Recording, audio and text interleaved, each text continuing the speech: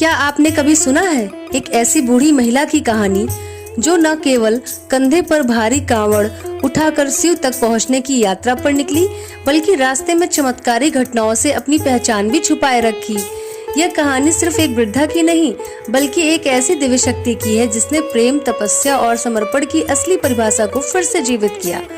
क्या वह वास्तव में केवल एक साधारण भक्त थी? जानिए कैसे इस कांवड़ यात्रा ने सबका दिल जीत लिया और भगवान शिव ने इसे सचमुच अपने आशीर्वाद से भर दिया। अगर आपको यह कहानी पसंद आए तो लाइक करें, सब्सक्राइब करें और हमें बताएं कि सबसे यादगार पल आपका कांवड़ यात्रा में कौन सा था। आइए इस चमत्कारी यात्रा का हिस्सा बने। हरिद्वार 2025 कांवड़ यात्रा की तैयारियों की धड़कन पूरे शहर में सुनाई दे रही थी। लाखों शिव भक्तों की भीड़, भगवा झंडों की लहराती कतारें और ढोल नगाड़ों की गूंज से गगन तक शिवमय हो गया था। भीड़ में एक ऐसा चेहरा था जो बाकी सबसे अलग था। झुर्रियों से भरा, आंखों में नमी, कंधों पर लकड़ी की एक असामान्य भारी कांवड़। यह कोई आम वृद्धा नहीं थी, न उसका कोई नाम जानता था, न गांव। वह चुपचाप काफिले के साथ चली जा रही थी। कोई उसकी ओर देखता तो बस एक बात कहता, इतनी उम्र में भी इतनी शक्ति कैसे? लोगों को क्या पता वह कौन है? उस वृद्धा की कांवड़ भी असाधारण थी। लोग उसे ही मुड़ मुड़ कर देख रहे थे।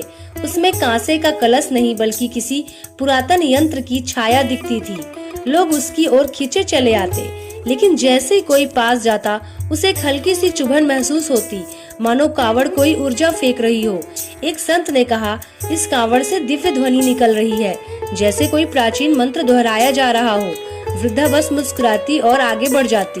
वह बोलती बहुत कम थी, पर उनकी आंखें बहुत कुछ कहती थीं। एक रात किसी ने देखा कि वह वृद्धा अकेले एक पुराने मंदिर के खंडर में बैठी थी, आंखें बंद किए हुए। तभी तेज हवा चली और मंदिर के शिखर से शिवलिंग की छाया उन पर पड़ने लगी। अगले ही क्षण उनके चारों ओर फूलों की वर्षा होने लगी, बिना किसी के वहां मौजूद हुए। जिसने भी ये दृश्य देखा वह अवाक रह गया। सुबह जब लोग मंदिर गए, वहां केवल कांवड़ रखी थी। वृद्धा गायब थी, पर कुछ दूर आगे जाकर फिर से भीड़ में वे उसी तरह चल रही थी, जैसे कुछ हुआ ही ना हो। एक दिन जब वह एक पहाड़ी मोड़ पर चढ़ रही थी, उनका पैर फिसल गया।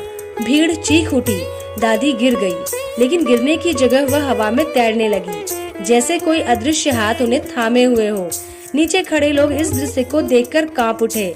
कोई मोबाइल से वीडियो बनाने गया तो स्क्रीन सफेद हो गई। भीड़ में एक बच्चा बोल उठा, यह कोई इंसान नहीं है, ये खुद देवी है।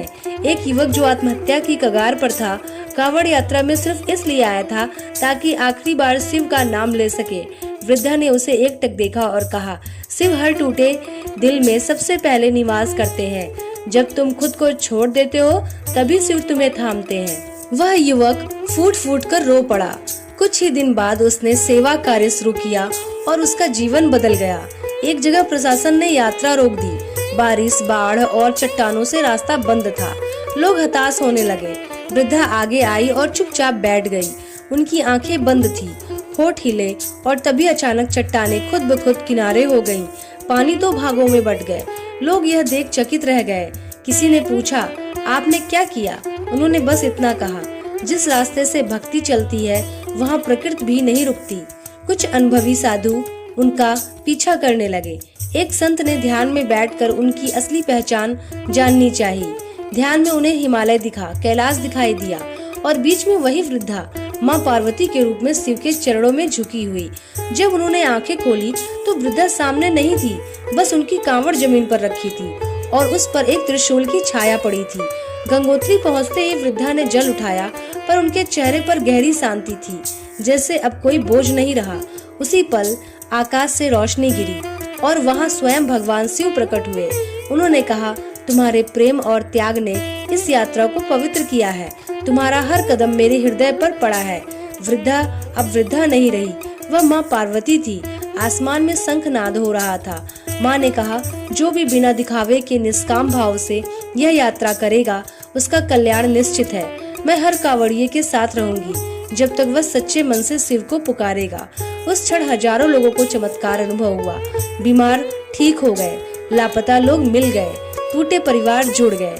आज भी जब कोई अनजान वृद्धा कांवड़ लेकर अकेले चलती दिखती है, लोग रुककर उनकी मदद नहीं करते, वे हाथ जोड़कर उनसे नमन करते हैं।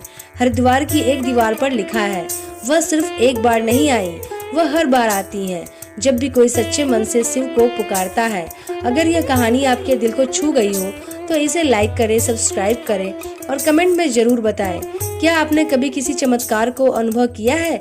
आपकी आस्था की कहानी क्या है? आइए मिलकर इस यात्रा को सब तक पहुंचाएं। ओम नमः शिवाय।